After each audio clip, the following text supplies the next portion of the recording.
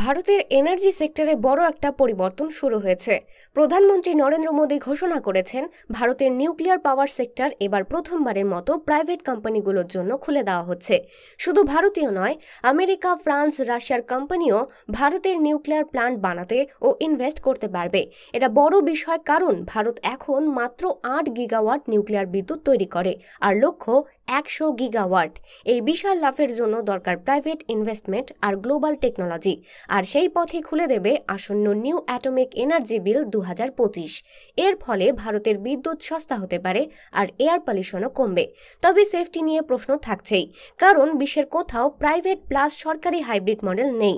ভারতীয় কোম্পানিগুলো এখনও পুরোপুরি প্রস্তুত নয়, তাই প্রথম সুবিধা পেতে পারে আমেরিকান কোম্পানিগুলো। আর পাশাপাশি কানাডার সঙ্গে বড় ইউরেনিয়াম ডিল নিয়েও আলোচনা চলছে। সব মিলিয়ে এটা শুধু এনার্জি রিফর্ম নয়, ভারত যুক্তরাষ্ট্র সম্পর্কের জন্য একটা বড় জিওপলিটিক্যাল মুভ।